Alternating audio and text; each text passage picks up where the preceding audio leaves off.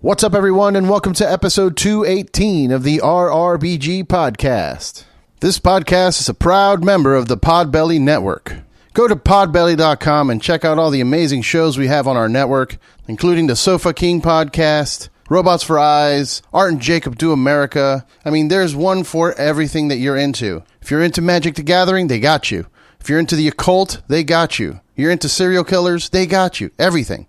Go to podbelly.com, check out the list, and support the network. Like most people these days, I decided it might be a good idea to try and make a living from Twitch streaming video games. I kept dying over and over and over. I couldn't get the coordination I needed. These people just seemed to be on a completely different level. No matter how much practice I put in, I just couldn't get good. Until I got Sheath Underwear. Their dual pouch technology separates my package, allowing for better circulation, better movement. It has upped my game tremendously. I'm now in the Call of Duty Championship Finals. Go to sheathunderwear.com, use my promo code RRBG, and save 20% to get yourself a pair of Sheath Underwear and get good. This episode is also brought to you by Killcliff. My friends over at Killcliff make the best energy drink you can buy in the market today. Clean energy, none of that crap that they put in Monster or any of those Red Bulls. No sugar. Just clean power for all the grind you're going to have to put in today. And if you're not grinding today and you just want to relax, they also have CBD drinks to help you recover from any injuries you may have, any kind of inflammation. Maybe you went a little too hard at the gym. CBD drink will get you right back on track. Go to their website, killcliff.com. Check out all their different flavors. My personal favorite Ignite drink is the Cherry Limeade. And in the CBD category, you have to try the Joe Rogan Special. It's the Flaming Joe Pineapple with Jalapeno. It's not that spicy. You just get a little bit of a kick at the end. It's delicious. Go to killcliff.com and tell them that RRBG sent you. This podcast is also brought to you by El Yucateco Hot Sauce. You know, I gotta tell you, I've been eating a lot more Mexican food these days as I live in LA, and it's just inevitable at this point. So having a really good hot sauce at my disposal is kind of crucial. And my go-to right now is El Yucateco hot sauce. They are a staple. They come in so many different flavors. You can get the verde sauce with jalapenos, or you can get the habanero sauce. They have this special like black sauce, which is a special reserve sauce. I mean, for whatever level Scoville you can handle, I'm sure you can find yourself a sauce here. And if you go to shop Yucateco.com, use the promo code RRBG and you'll get 10% off of your purchase. This podcast is also brought to you by Saints Joints. Go to saintsjoints.com and check out all the awesome products they have there, including the new Book of Saints that comes with 4 packs of pre-rolled joints. It's this incredible, lavish, luxurious-looking gold foil stash box. The works. It's the best-looking stash box I've seen. Make sure to go pick one up before they're all gone. And also check out the new hash-infused pre-rolls. Don't forget, it's saintsjoints.com, and make sure you tell them that we sent you. In this episode, I talked to Uncle Creepy, Ian McCall. He's a world-famous MMA fighter, former world champion, stand-up comedian, and the world's first psychedelic integration coach for high-level performers. He's also got his own puppet show. He's an entrepreneur on all levels. He invited me out to his place over in San Clemente, where we hung out for a while and talked about his career, talked about the personal struggles he's had to go through, how psychedelics have helped him understand himself, and how we can use psychedelics to treat concussions and other mental illnesses. We also talk a little bit about comedy. We share some stories. It was a great conversation, and I hope you guys enjoy it. Make sure to follow him on social media at Uncle Creepy MMA. If you have a moment, go to our YouTube page where you can watch this episode live from his place. And if you like what you see, hit that subscribe button. And please, check out our Patreon page. Go to patreon.com/RRBG and support the podcast while getting yourself some exclusive content. Cheers.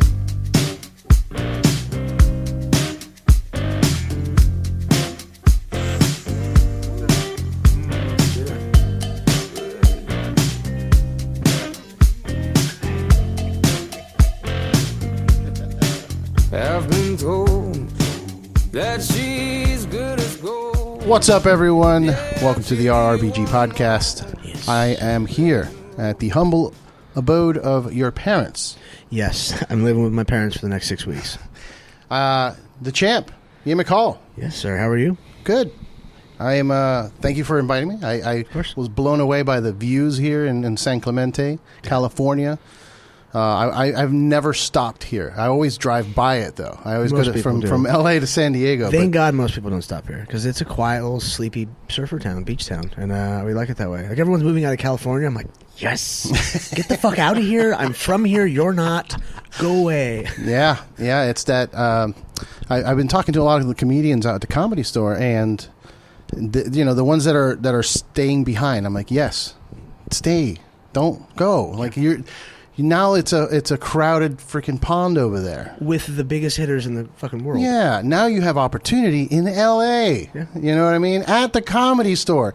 I don't care who goes to Texas. You're not going to make any of those venues the Comedy Store. There's no way. You can't build it. It's exactly. It doesn't. It's only there, or there are places like that. Whether that's comedy or not, you have something in historical landmarks in the epigenetics of the building. You know, it's like the energy, the vibrations, all that stuff is real, man. Oh yeah, and those stories you hear of the it's haunted. Yeah, there's some shit going on at the store. I don't know what to tell you. Yeah, you know what? I've only been there for podcasts. I haven't performed there yet. Which I wasn't. I've never been asked, and I wasn't ready. I'm very picky with what I do because I know I need to get better, and I want to focus. And I just I know when and where to go. Like the other day, I was at Vanessa Johnson's show up in LA at my buddy's pop up kind of nightclub thing at the Whitley Hotel, and Jeff Ross was the headliner. You had some really good people. And, of course, my nightclub buddies are like, hey, yeah, Jeff, meet Ian. He's a fucking comic, too. And I'm just like, shut the fuck up. Shut up. Eliza, come here, meet Ian. Because, I know the club owners, and I know, the supermodels and the famous douchebags. Because, those are the people I always hang out with. Yeah. They're my douchebags. And they are. Just the people I came up with. And, it's weird, but I look at my friends, and I'm like, shut the fuck up. Shush, don't be disrespectful. Like, why not, bro? You could do it. I'm like, of course I could do 10 minutes up there. Yeah. But even if you think it's funny, you're my friend, and that doesn't matter. I won't think it's funny. And, I don't ever mean to say anything bad about Brendan Schaub. We're not really friends, but, we talk a little bit. People shit on him a lot. They do. And they do, and whatever. Whether you think he's funny or not, doesn't matter. I'm just talking about, I don't want that to happen to me. Right. He was a good example of a lesson learned of what not to do. Yeah. And for me, he's made millions. I don't want to put any negative spin on this because the guy's killing it. She's got a popular show that people watch. Yes, but I appreciate the art so much. I like to make things really pretty, just like my fighting. Brendan's fighting, he was just a fighter. I was a world champion. There's a big fucking difference. And I am a perfectionist.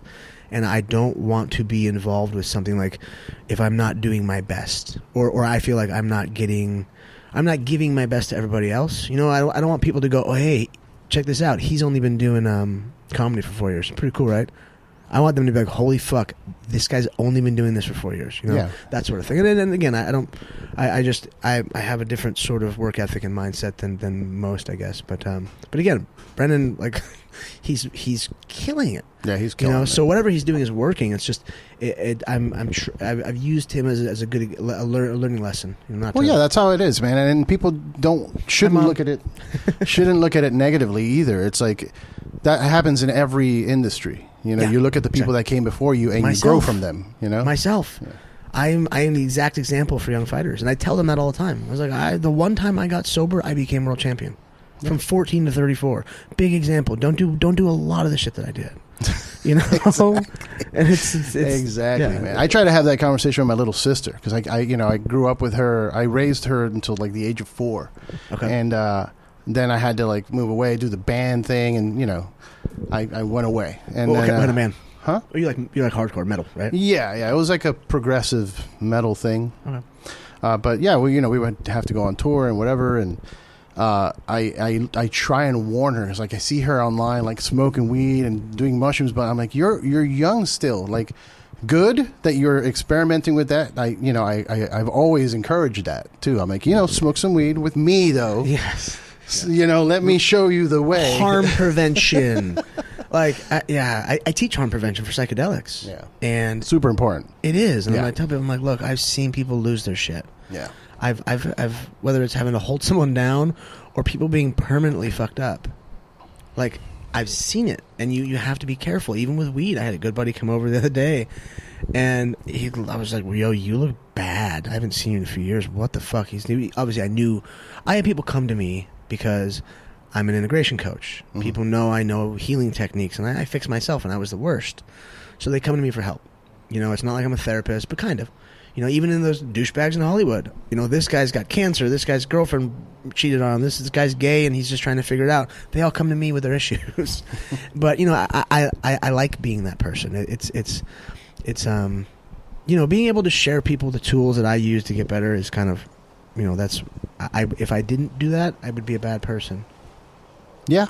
I mean, it's what you grow up with too, depending on how you grow up. A lot of people grow up, you know, either thinking just about themselves and trying to, you know, make their way to the very, very top, and that's it, you know, and that's your life. That was me for a while. For a while. But you end up growing, right? Yes. You grew in a positive way, because some people get lost, obviously, yeah. You know, and it sucks to see it. Like, I have had friends that, like, you know, took too much acid and ended up in Hawaii and homeless. Yeah, like, you know what I mean? Like, it's bad decisions that, like, take you there. You know, I've ended up homeless. Yeah, you know I've been living out of my car before. That was, fresh out of rehab, living out of my car. Or no, before I went into rehab, I was in my car. Yeah. That was not good, you know. And those choices, what lead you there? I mean, the DEA raided my house when I was in the UFC, when I was the best in the world. Jeez. I mean, granted, I wasn't doing anything illegal anymore, but you know, it still happened. Like, I've made enough bad choices. I was still hanging around with the wrong people. Yeah. You know, I still have those people at my house all the time. That's not a good look when you're, you know, a famous world champion fighter and you got fucking drug dealers at your house all the time. It's not good for you. It's not good for anything I needed to accomplish in the first place. So, you know, I just like you're telling with your sister, like, you have to learn to teach these young individuals, like, look, you know, you can do whatever you want, but I am older than you. I know a little bit of stuff, so please just listen. You know, and I don't mean to put you down as you're stupid because you're a kid, but you're a fucking moron. I got called a boomer a couple times. A boomer? A boomer. I've been called a boomer a couple times. How old are you? I'm 39. I'm almost 40. Like, I'm not a boomer, I guess. What is the boomer age? It's got to be like 50s, right? Isn't it? Like, my parents are boomers, baby boomers. That's the whole thing, right? Exactly. So, yeah, no, I don't. But, you know, it's that whole thing. The culture is speeding up. The internet is running the joint. Yeah. Like, dude, are you paying attention to this Dogecoin thing? What? No. Dogecoin? What is that? Okay, so somebody created like Doge. Doge. It's a dog. It's a meme where it's a fat dog, and okay. they just call him Doge because he looks doughy, whatever. Okay. But I don't know. Okay, it's a cryptocurrency that someone created as a joke. Yeah, it was worth 1 penny. Right? Okay. It was a joke. Elon Musk decided to tweet about it, and it just went poof. Like, it's now, I think, at 45 cents the last time I checked. Beautiful. I bought 800 of those coins. Yeah. Because it was a penny. It ended up being like $30. Yeah. I threw $30 at it. Yeah. I now have $300 sitting in my bank account. I'm like, wait a minute. If I leave it there, if it goes to $1, which is not unrealistic at the rate it's going. Not at all. You know how much money people are making right now just from the internet, from a meme? The internet is running the world right now. Dude, it's crazy. It's so fucking crazy. And I just see that sort of stuff happening. And I had someone hit me up about cryptocurrency the other day. Like, oh, when we work with you and I can be your guy and I send you daily, you know, updates about crypto. And I was like, nope. He's like, no. Why? And I'm like, I'm too busy. Yeah. The last thing I want to do is have another fucking hobby. I just picked up comedy as a hobby. Yeah. And I mean, this, sure, it's not a hobby. I'm doing it every single day pretty much. You know, I'm working my ass off, but that's what I do with hobbies. I get obsessive. Psychedelics. That was a good hobby for a long time. Now I'm a world-renowned fucking scientific researcher because I work my ass off at stuff, you know, and it's weird. I get obsessive about a lot, like not a lot. I get obsessive about basically 3 things: science, fighting, and now comedy. Well, I think you've managed to get a grip on something that you have in yourself that a lot of people don't have that grip. A lot of people see it as anxiety. Yeah. You know what I mean? They're like, I feel weird. Like I'm tired all the time. Like, yeah, it's because you're not doing what you're supposed to be doing. Exactly. You know what I mean? If you were doing your life, if you figured out who you want to be, and you're trying to help other people, and you're trying to grow, you shouldn't be riddled with anxiety all the time. You know, like you should be happy you're accomplishing your goals and doing things. So I always encourage that, and I know a lot of people frown upon. You know, I have a lot of Cuban friends that just give me shit like, oh, you're a fucking drug addict. It's like, okay, whatever you want to call it, man. Yeah. I just believe that there's a reason certain states are pushing to legalize psychedelic mushrooms. Yes. And I've discovered that reason when I tried it myself. I'm like, oh, there's stuff here. Yes. We should be exploring this. What are we doing? You know? And a lot of people just shun it. They're like, nope, that's the devil. That's, you know, that's illegal. You're a drug addict. You're un delincuente. You know, is what they call it. Especially coming from me, I was a drug addict. I was addicted, you know, for 20 years, 14 to 34 to painkillers. Sure, I was a star athlete the whole time, but I was a fucking mess. I was on not just opiates. I was on a bunch of stuff. Basically, whatever I get my hands on, drug wise as well. It was a constant party. You know, heroin, fentanyl, fucking. Jeez. Yeah, it was really gnarly. It was really gnarly. I don't even know where I was going with that. Well, did you psychedelics? Yeah, the psychedelics. You once you start falling into mushrooms and falling into LSD, you start to see. At least I did. I don't know. Maybe that's my experience. I've noticed that you kind of break things down a little bit easier and understand what they are. Yes. And you can start trying to reconstruct things. So one of the things I took interest with, you know, the McCall method. Is that it was helping fighters that were suffering from CTE and stuff like that. So can you explain that to me? Because that's super interesting. I feel like I need it because I'm sure I have CTE of numerous stage dives, fights, you know, all kinds of shit. I'm like, I've taken, whenever I'm on mushrooms, I feel like I'm in control of my brain. Yes, and you are. So what's happening is you're having a process called epigenetic neurogenesis. You're trying to create things like BDNF and glutamate in your brain-derived neurotrophic factor peptides, or, you know, certain molecules. And that actually heals your brain. Now, with a big dose, you're not going to have as much of the neurogenesis, but you're going to have, fighting addiction, fighting trauma, because, again, back to the anxiety, that's trauma. That's more childhood trauma that will manifest itself as agoraphobia, addiction. You know, like, this is a crazy story that I like to tell. I think maybe I said earlier, but take two brains, okay? And this will make you think about brain damage in a whole different way. Brain on the right is a grown-up. Okay, it's you. You lived a good life. You're happy. You go out there and you do a stage dive. You whack your head. It changes your life forever. You get a TBI. Right. I can see the brain damage in these scans. This one over here, they look exactly the same. But this one's a child. That child has never hit their head. They are repeatedly raped. So the trauma gives you brain damage. This is scientific fact, people. And so what happens is now we're giving people shit for being addicts or slutty or stupid or crazy later on in life, when if we knock that down, this is honestly why I got the UFC involved with Johns Hopkins with the psychedelic study and started to work on fighters. Because this is my example where I go, look if I can fix these people, the most fucked up people in the world, they were pushed so hard and so far that now they climb into a cage in their underwear for a living and fuck people up for blood money. Okay, and then when they go in there, and just the person you have to be a fucking psycho to do that. Yeah. And me, at least, I had to be a fucking asshole. And then you go in there and you give and receive PTSD the whole time. And no one wants to talk about it or admit it. And people are finally starting to go, oh, dude, I never thought of that. Wow, that's crazy. Oh, shit. So the people are listening. And you know, so then it's not just brain damage. It's not just brain damage here. It's damage here. It's that trauma gets embedded in your tissue and becomes inflammation. Then inflammation will later on in life turn into cancer, ALS, anything like that. I mean, or that depression, the agoraphobia, the IBS, the whatever it is all tied back to inflammation, and it's all, and that is directly linked to trauma and to I mean, that's it. You know, and then with the brain damage, as far as the repeated blows of the head, and if I can get in there and say if I'm going to work with an athlete that's, whether they're retired or not, doesn't matter. I give them the McCall method, big dose. It's my formulation of a few different mushrooms and also just an ingestion method.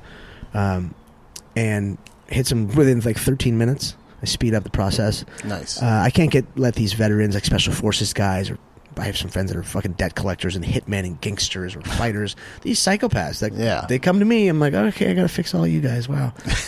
Because they don't want to go to a shaman or something. These well, man, I light and love and energy people. You want to go to ayahuasca ceremony in Peru? I'm going to one in Mexico tomorrow. There you go. Actually, yeah. I think we start ingesting ayahuasca on Sunday. 3 ayahuasca ceremonies and then 1 big Mayan mushroom ceremony in a McCall.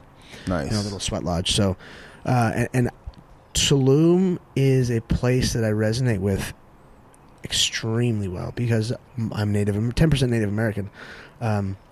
We don't know where, but I know my family went from Spain to Nuevo León, Mexico, and into that area. And I know there's some tribes in that lineage that it feels like I resonate a lot with that area. And I don't know. I don't know exactly. I'm trying to kind of maybe piece it together and figure it out eventually. But I love it down there, man. And to have a real Mayan ceremony. I don't look Mayan or anything. I'm a Viking. I'm the world's smallest Viking. That's what, but I just feel so connected with that area to go down there. And then I'm doing the whole ceremony, and then after I'm going to go to Tulum and stay at a little yoga resort and try to just not have too much fun. Yeah, you got to relax, man. I need to integrate, and I need to not, be gross and be a pervert or party too much. One of my best friends lives down there. He's a DJ and a male model. Oh boy, so that's I'm like, yo, party buddy, don't have any deliveries made to my room, please. Women or drugs. But yeah, man. You gotta take those reprieves every once in a while. Yeah, it's necessary to heal up and meditate. I tell people this all the time. The meditation is so important. Huge, and that's the bane of my existence. That and sleep. Yeah, I'm so bad at meditation. You know why? Because you want to keep doing stuff. Because that's the championship mentality. Like you feel that whatever time you're spending sitting there doing nothing, that it's not generating something. But you have to try and change the perspective from that to more of a I need to do this. The benefits that you reap from it are worth the progress you'll have. Yeah. In your daytime. I've got tons of tools. Have you ever heard of Brain Tap?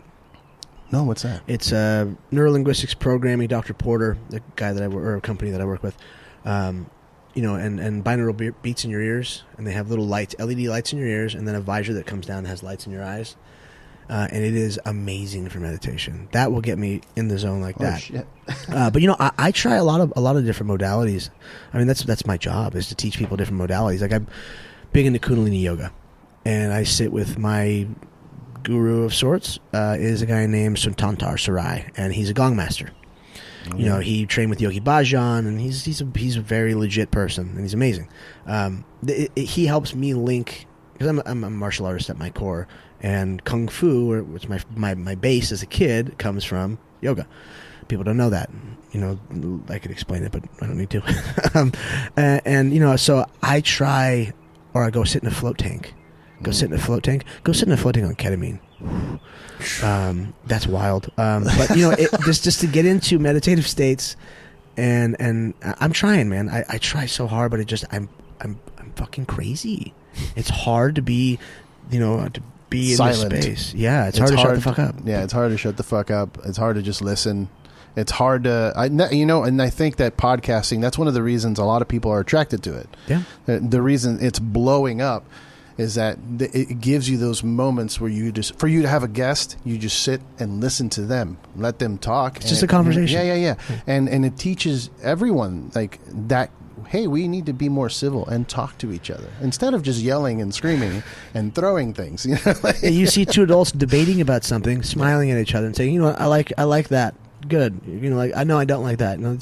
It's simple. For me, I have to be moving to meditate. To get my best thought process done, I have to be shadowboxing or moving, doing something physical, like working really hard, because maybe that's your way. Your way. That's been my way forever, and through fighting, through flow state, through that work ethic that I have to push myself kind of inappropriately hard working out, because that's what I did my whole life, But yeah, that's where I that's where I have my best breakthroughs. But this is what I teach them, the McCall method. So the big dose to fix you as a person, because We're all broken children. Microdosing to get that epigenetic neurogenesis happening, and you're being able to create the neural pathways and do everything more efficiently and just heal as a person better, and you can give and receive love and energy better and talk to people. It's just a better life. Mm-hmm. But then for performance, I do something called the performance dose, which is anywhere from, let's say, about half a gram, or microdose is 0.1 to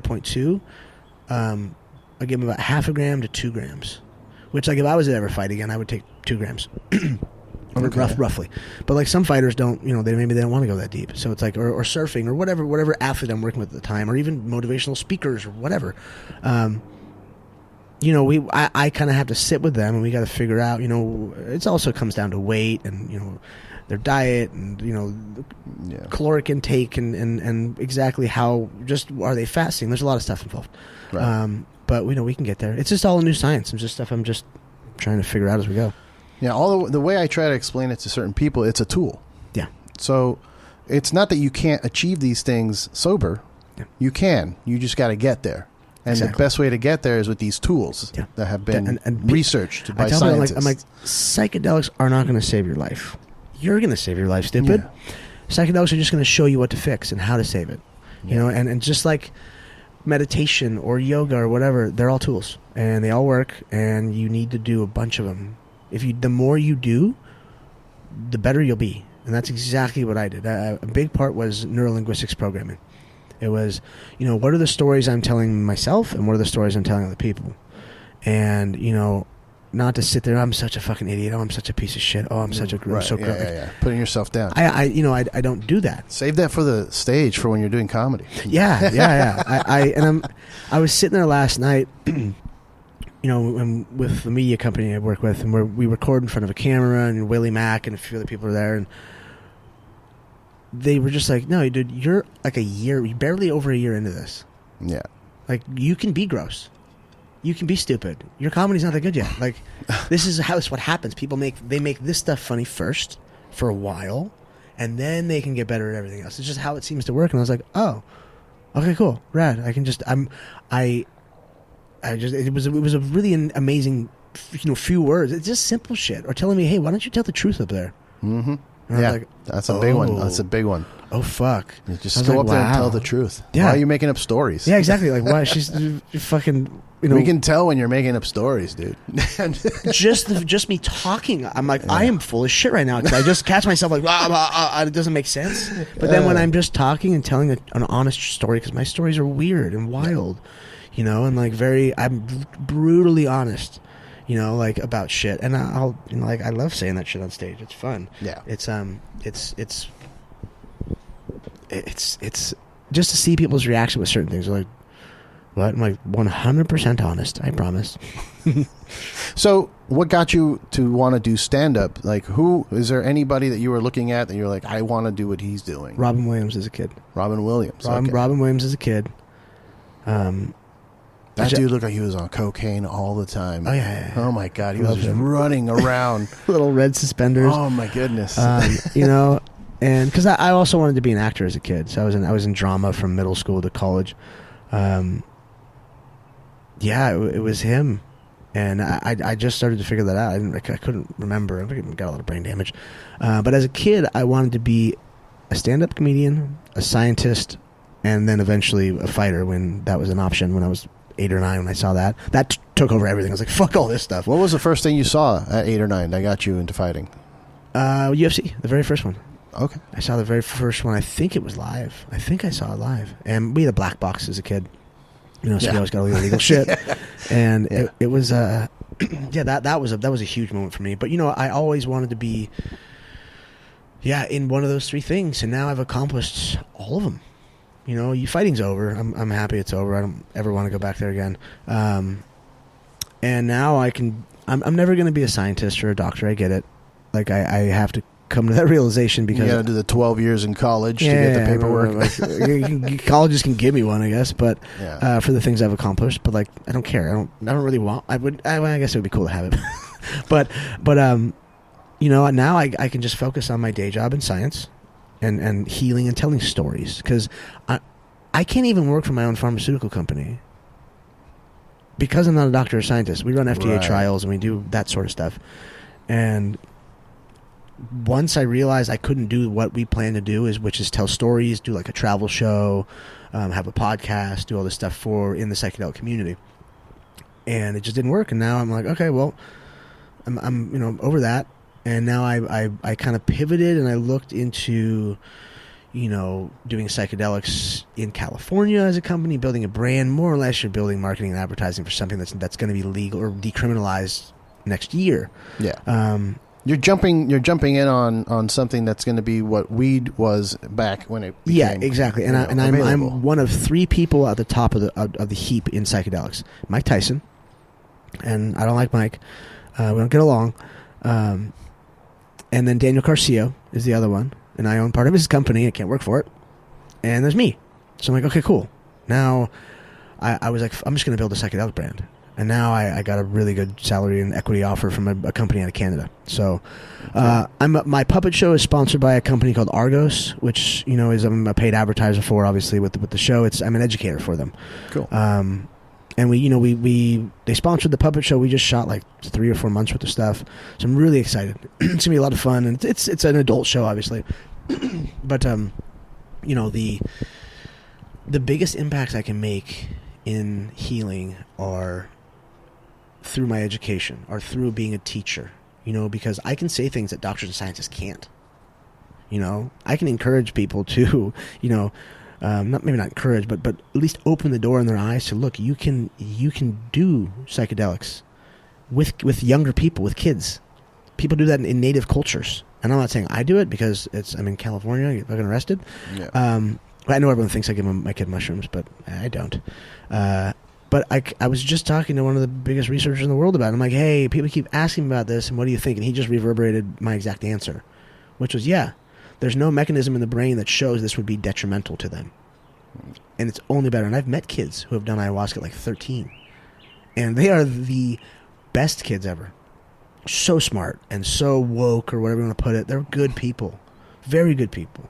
And I can't knock it because these people keep talking to me about it. I had a comedian the other night, she's asking me questions because she's pregnant, and she's like, yeah, and I was like, oh yeah, you can, I think that's where the concept of indigo children came from. Yes, exactly. Exactly. And I've heard stories of women ingesting ayahuasca during birth. Oof.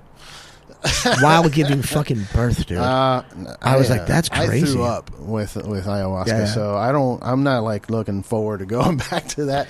I'm not it's either. fine. It was fun. I had fun with it. How long ago did you do it?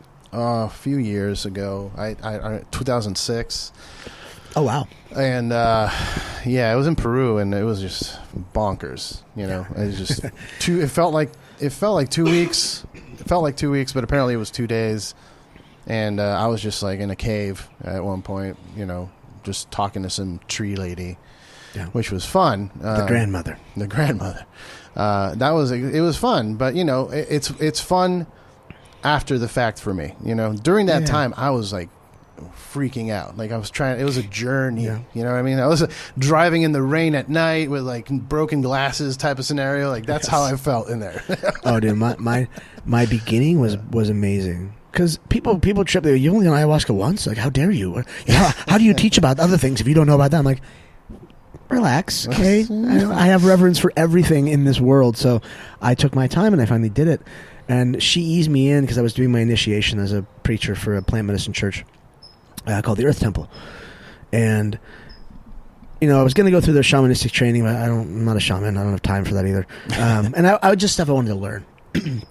But it was easy at first because we spoke. She came to me as a beautiful woman because I wasn't paying attention. I got hit in the face with an acorn. I got hit in the face with light while I was like a beam of light, and I was in the shade in a little path with trees all over it. Like it was she get my attention. Finally, she goes, "Okay, just get up. Let's go for a walk." We went down to the river. Saw my best friend who's dead. Died in my arms 5 or 6 years ago. And I was like, yo, check it out. What's up, dude? I haven't talked in a while, And it was beautiful. And then at night, I was like, cool. I talked about I was like, can I try and sleep with you? Is this like, I was being gross. I'm like, can I fuck ayahuasca? And I'm like, cool. I'm gonna go on a date with ayahuasca tonight. This is gonna be rad. Yeah. Where's she gonna take me? And then where does she bring me? right to my dead best friend. She's like, you two need to talk. Fuck, dude. Because that's childhood trauma. I was right? blamed for his death. No, this is not childhood. This was 6 years ago. I was blamed for his death by our old shitty friends because former drug addict. He partied himself to death. But again, we were raising my child together. This like they've said they're sorry, but people don't forget. But yeah, I sat there and I got in a fist fight with a dead heavyweight world champion in my sleeping bag. These are not fun experiences to go through. No. And that's what I tell people. I go, look, I bring very dangerous individuals from this world to the next. I bring them to shaman, and they die. Or I do it myself sometimes. I'll facilitate, but rarely I'm not that person. But I take them safely to this world and the next. They die, and I bring them home. And just as a safety mechanism, as a safety barrier for them, so they feel it. But these like I've been through some of the most traumatic stuff in my life recently over the last 6 months, and because of what I do, how my brain works, I just shove it down in there, like underneath the anger shelf, right, and I work harder. Like I told you, I did 6 days of shooting in 2 days for my puppet show. And my body was like, fuck you. Oh, my God, your brain's shutting off. And that's a week ago, and I've been a mess ever since. Like, I'm trying to work, and I can't catch up. So I'm going to Mexico to have a long reset. And I'm only staying for 12 days. I might stay longer.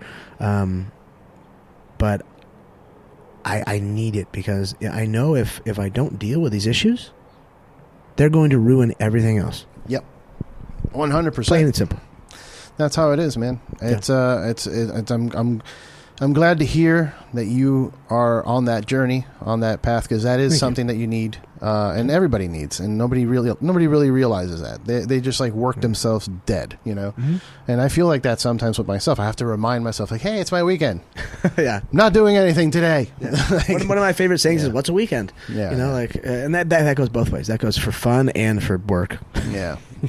Yeah, man. It's partying on a Wednesday at a strip club. I'm like, sorry. It's part of my job. Yes.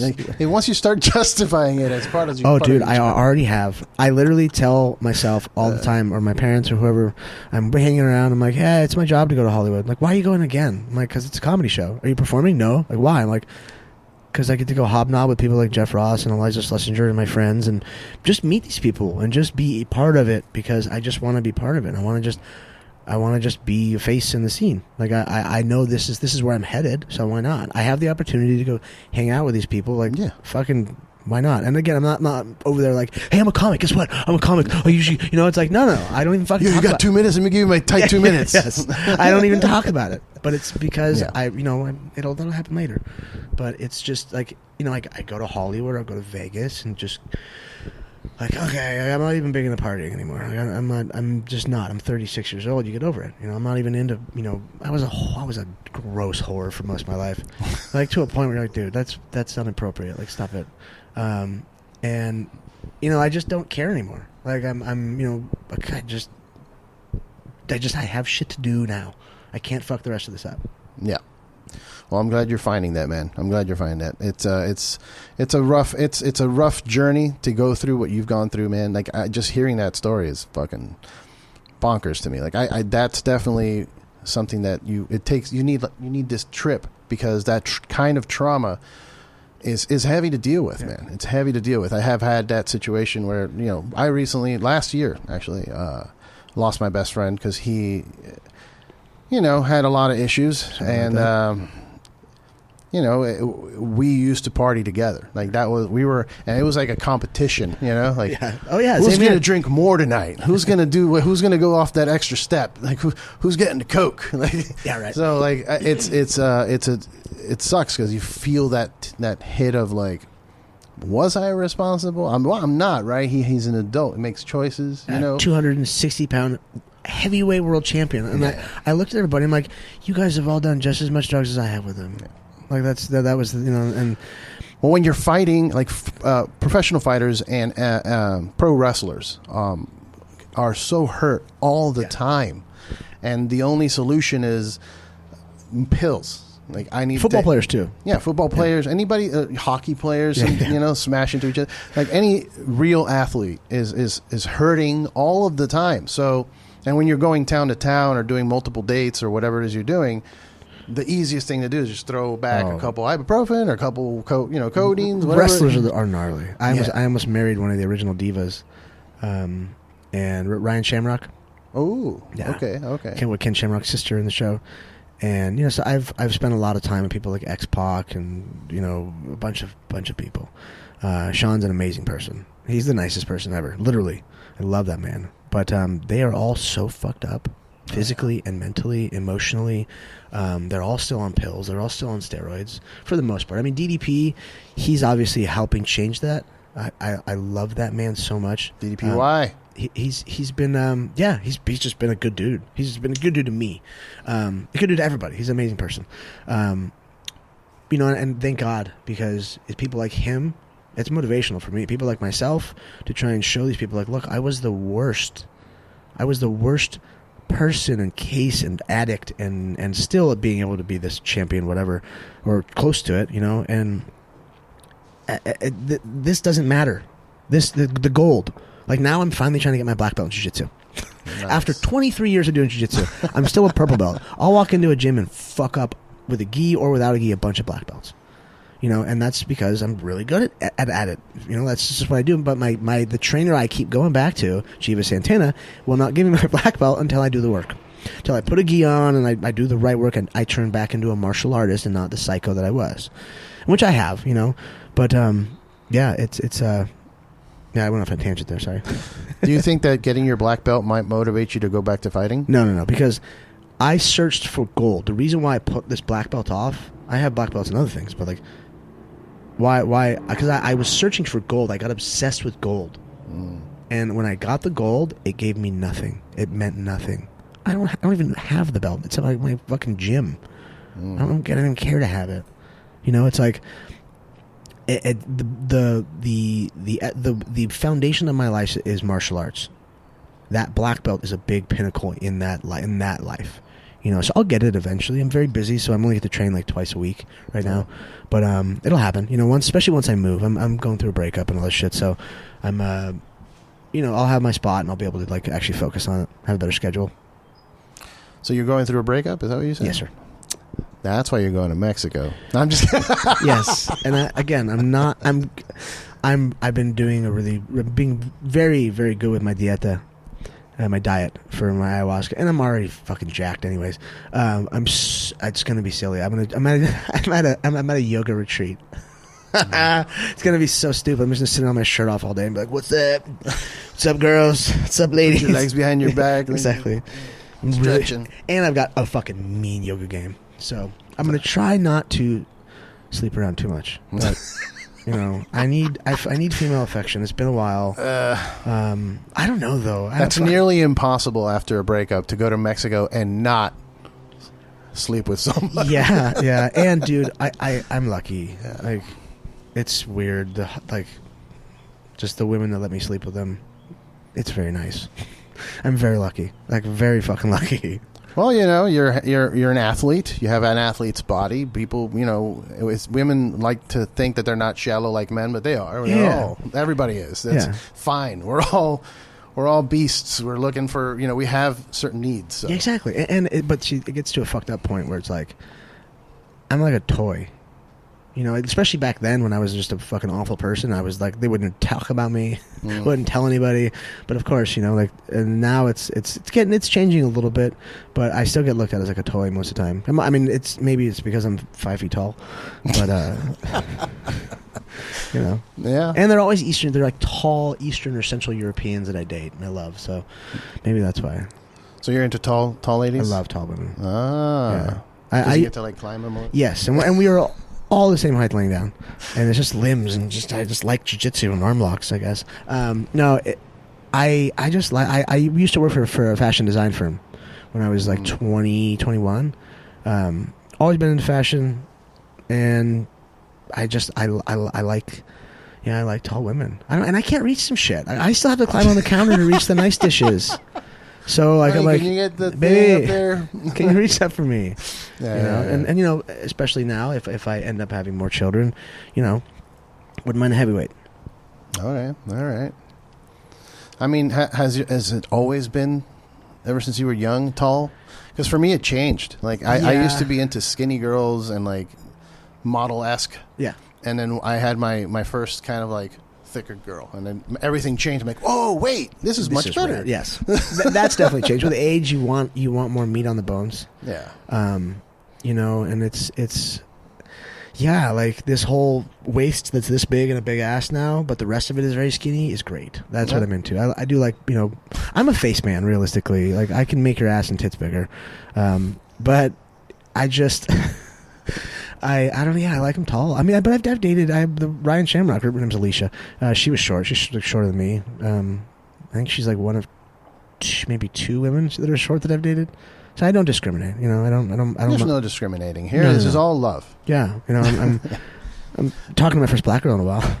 Oh, okay. I was so excited. That's good. But you know, it's just diversifying the portfolio. Diversify the portfolio. Exactly. I'm tired of these dusty white bitches. Oh man. Dude, I'm really glad and I'm really fortunate that I'm married. Like, I used to be like you. Yeah. I would date. I was in a band. Exactly. I was a front man in a band, dude. In a metal band. I weighed 80 pounds less than I weigh right now. I'll tell you that much. I had a mohawk and everything. So it was great. But now that I'm married, I'm like, damn. You know, I see my buddies struggling during the pandemic with all these apps. And then I'm like, oh, my goodness. I'm glad I'm all set, dude. Like I don't want to have to deal with any of that. And I never wore condoms, and I don't have any STDs. I had the clap once. It was a long time ago. It was around. It happens. But I don't have anything, and I'm like, fuck. Like, and I was with a woman that's a woman, you know, UCLA professor, scientist for 26 years. Very, you know, a powerful woman that was on TV selling her own skincare products. You know, she developed her own lab, like a full package type woman. And she made me really just go, okay, number 1, stop doing that, or at least wear condoms. Number 2, like she taught me how to really love someone and respect somebody, because you know I needed that. I looked at women as objects my whole life. Yeah, you know, just toys. Well, if you don't get told otherwise, you know, if your parents or if your parents aren't teaching you this shit. It's hard to just come up, you know, figure it out. You know? Well, they taught me well, but it was the rest of the world was like, yeah, you need to fuck everything. Check out this supermodel. Sex sells, man. Like, sex sells, dude. I tell people, I'm like, look, their pussies look exactly like your girlfriend's. I promise. Yeah. It's just attached to a bunch of other problems, and it's like, you know, it's I don't know. It's like I'm at a point in my life, my age, where I'm like, you know, kind of over it all. I haven't even had sex with anyone since I broke up with my girlfriend or fiance. I just was like, yeah, no, I'm good. You know, like, and at those points, as you know, it's all of a sudden just starts raining hot bitches. Yeah. That's when you stop caring. Yeah, and when you're chasing them down, they always run away. But if you don't want them around, then it's like, oh, okay. I'm depressed in LA at my buddy's nightclub like this. And this girl goes, hey, what are you doing? I've been in love with you forever. I was like, shut up, please. Please I just go away want to right be now. alone. I'm actually drunk for the first time in like fucking a couple of years. And will you just not do this? We can talk later. They romanticize it. It becomes like the Phantom of the Opera. They want to go after the sad, broken. I can fix you. Oh, no, I heard what happened. And I want to just tell you, I'm here for you. I love you. I'm your friend. I'm like, yeah, I love you too. I'm your friend. Yeah. And I've been in love with you forever. I was like, dude, this is so inappropriate. The fuck are you doing? Not Stop the right it. time. Not the right time. Maybe later. Or just hit me up in a few weeks. That's one thing that I've noticed that fighters, people who have been in sport, you know, as championship level, like yourself, you understand what discipline is and and how to do to a detriment. To a detriment. Yeah. And a lot of people don't have that self-control when they're socializing. Yeah. You know, I meet so many people. I'm grateful that I meet so many people through the podcast and we get to chill. But I see like the younger or like somebody who's, oh, hey, man, you know, I love your band. Like, oh, you know, the Punishers, right? Yes. They have no self-control. Like they can't be cool, you know? They can't be cool. But fighters, you have to learn that discipline from jiu-jitsu, from any martial art you learn that discipline to just be cool. Yeah, you can kill that guy. But chill out. Yeah. We get it. You don't need to be screaming and yelling to do it. Yeah. It's just going to waste your energy. Yeah. Like, you know, I see certain reactions of people when instances happen. Like someone threw a bottle. There's that big chill open mic in LA. And someone threw a bottle when everyone was performing and hit the fence or hit the street. And then the next week they threw 2 bottles. Oh, shit. And actually almost hit somebody in the head with it. And when it hit the fence, everyone freaked out and like started to run over to look at everything. And I just like slowly got up, was like checking my surroundings, and I didn't know, but they were like watching me, like, "What's he gonna do?" And I was just like calmly, like, "Okay, do I have to fuck someone up right now?" Like, I don't want to have to do that, but like, you know, I can, yeah. That's the last thing I want to do is have to hurt anybody. I'm not violent anymore. I'm not even I don't get angry. I don't yell. I don't like. I just go, okay, cool. Well, all right. I don't have a reaction to much. That's why I like the stage so much. You know, because it almost feels good not being that good, or sucking, or bombing. Especially, I get this. Like, oh man, it's humbling, and I finally feel something for once. It's humbling, yeah. It's ego death because I'm very egotistical. I can be, and that's again why I have to go back to the well with psychedelics a lot, because, you know, I need to kill myself that way. You know, kill the ego. He means not suicide. Yes, yeah, not suicide. I'm talking about ego death. You know that the other day I searched. I was looking for Kill Tony. I don't know if you're familiar with the show. Yeah. And I was typing in Instagram kill. And it stopped at kill, and I got a pop-up from Instagram that was like, "Hey, we notice you're searching for the word kill. Oh, jeez. Are you okay? Yeah. Click this button to get help now." I was like, "I'm fine." That's kind of cool, though. I like that. It's cool, but like, I wasn't done typing. Yes. I didn't hit search. I was typing out "kill Tony," and it stopped me at the kill word. I'm like, "Whoa. What? Let me finish typing." So it was kind of weird. It made me question myself then. I'm like, wait a minute. Am I having dark thoughts? You know, like, Do I want to kill myself? I may need to sit down and think about this. No, but it's important, I think, what you're doing for yourself. I think it's important what you're doing for the world to try and recover from certain things. Like we're living in a time now where there's a lot of stuff happening where people that have gotten canceled are coming back. And then like they're not giving them a shot, and I guess some of them rightfully so, whatever, you know. And maybe I don't know. I really don't know. I don't spend time looking at these things. Like I just see it happening, but people need a chance to come back. Like everyone deserves a second chance. Sure, there's. I know that it sounds like we're justifying people's actions, but like people deserve a second chance. Yeah. You know what I mean? Isn't that the whole Jesus thing? Yeah. Forgiving. I mean, there's obviously a limit to certain things. You know, like you're out fucking kids. Like, I don't think anybody's forgiving Bill Cosby. Yeah, like, you know, like obviously, like there's very apparent things, but you know, the other people, give them a chance. Give them a chance. You know, like why not? You know, it's. That's exactly what we have to do to everybody. We can't be killing, you know, we can't be, you know, getting rid of these people anymore. It's not doing us any good. It's making us bad. Yeah. It's doing us harm. I've changed as a person at least 4 or 5 times in my lifetime, you know, completely. Like not the same person where I look at pictures and I'm like, who was that? Yeah. That's not me. I don't know that person. No. So it's you got to keep that in mind. And I think psychedelics and that kind of journey can help you if you're doing it under controlled situations. Like that's why I'm all about legalizing the microdosing and all of that. Like I want that to happen. I don't know if people should be just having like heroic doses every day. It's true. You know what I mean? You shouldn't be doing that. But you know, control. That's what happened with weed. Like once weed got recreational and they started like measuring stuff out for me. Yeah, because I would just grab whatever weed I had and roll it up and smoke it. Now they're like, here, you take this much, and that'll get you through your day productively. If you take more than that, you may have to sleep. They actually tell you that? Yeah. Oh, for me anyway. Like my friends give me shit. Oh, your friends? I thought you meant like actual. Well, they work at dispensaries, and so they'll be like, "Look, you." I haven't been in a dispensary for. I work in cannabis. Or I should say, I used to work in cannabis. Oh, okay.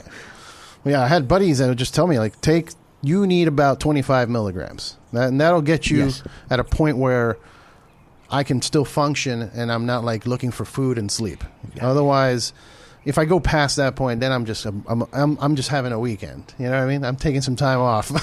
Yeah, it's the same way. I use RSO to sleep, like when I sleep. Yeah. You know, it's got a lot of benefits to it, and it just knocks you out.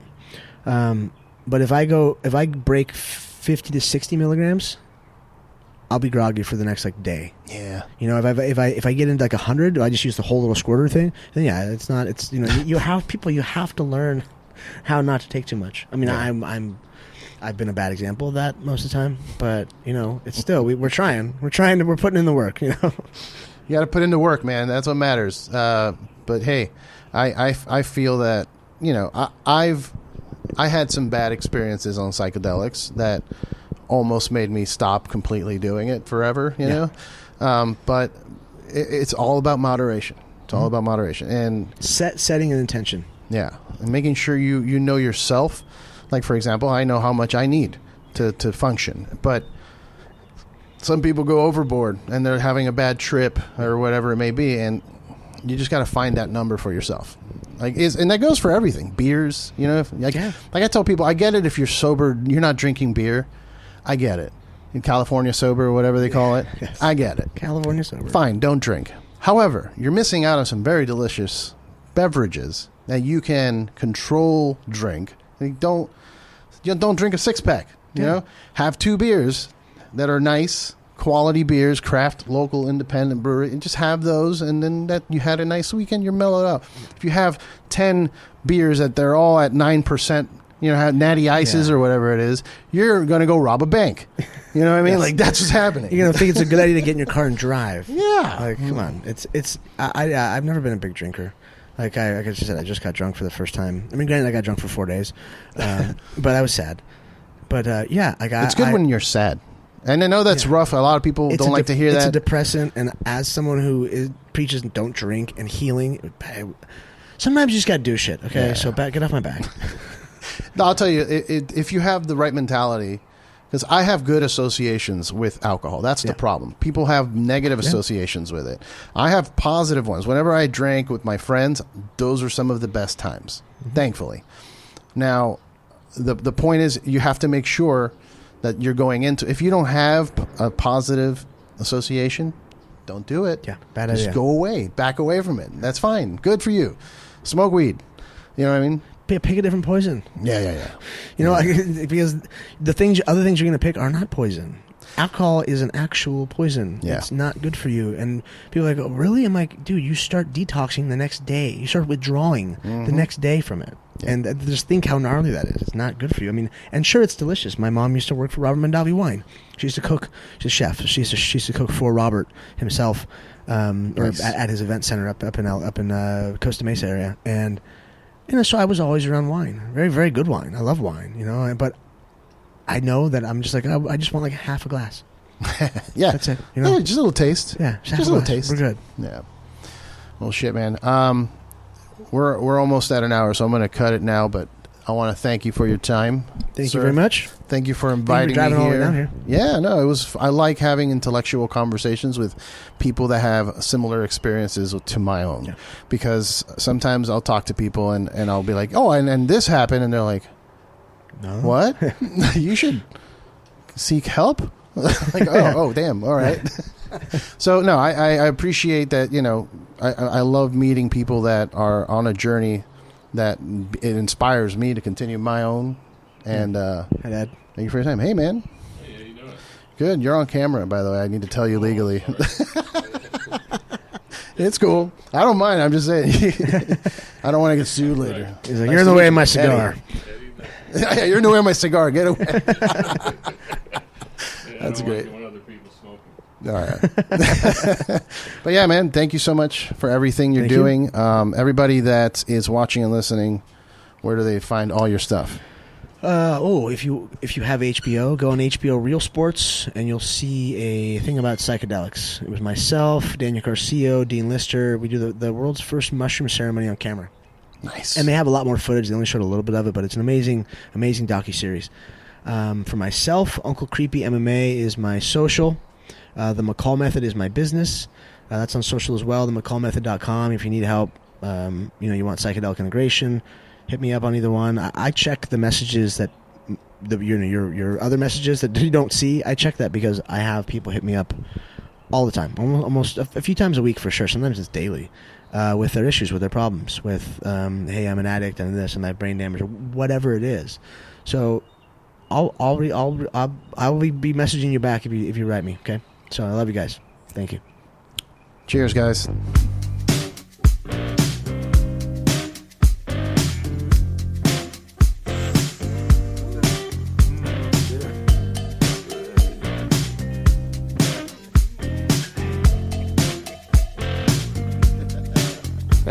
been told that she's good as gold. Yeah, and she'll leave you wanting more, laying low. But I could see the smoke, yeah, and I knew it wouldn't be long. Well, I could stay, whoa, I could stay away long enough to die another day. Well, I could try to get it right, where it's gonna keep you alive, keep you alive. Saying, who is smoking cigarettes? Who is smoking something else? Who is smoking cigarettes? Who is smoking something else?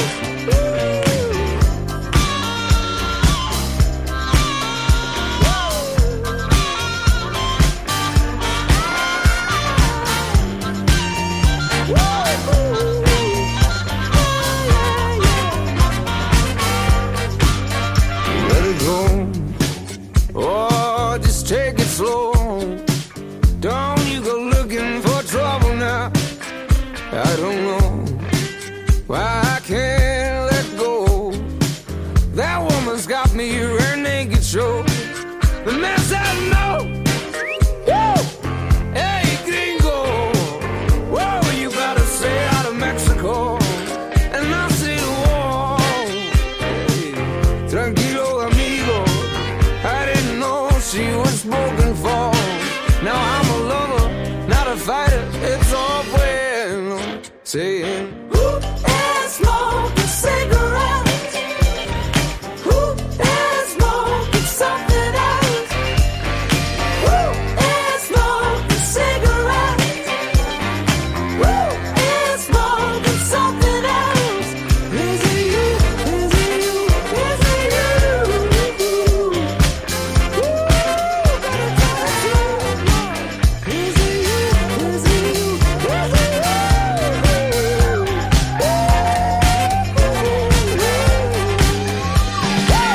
Light it up, light it up.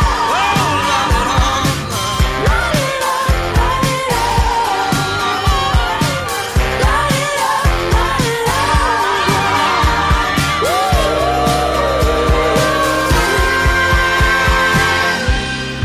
I sold my soul for the sex, drugs, and rock and roll. Said I sold my soul to a woman in Mexico. That woman in Mexico.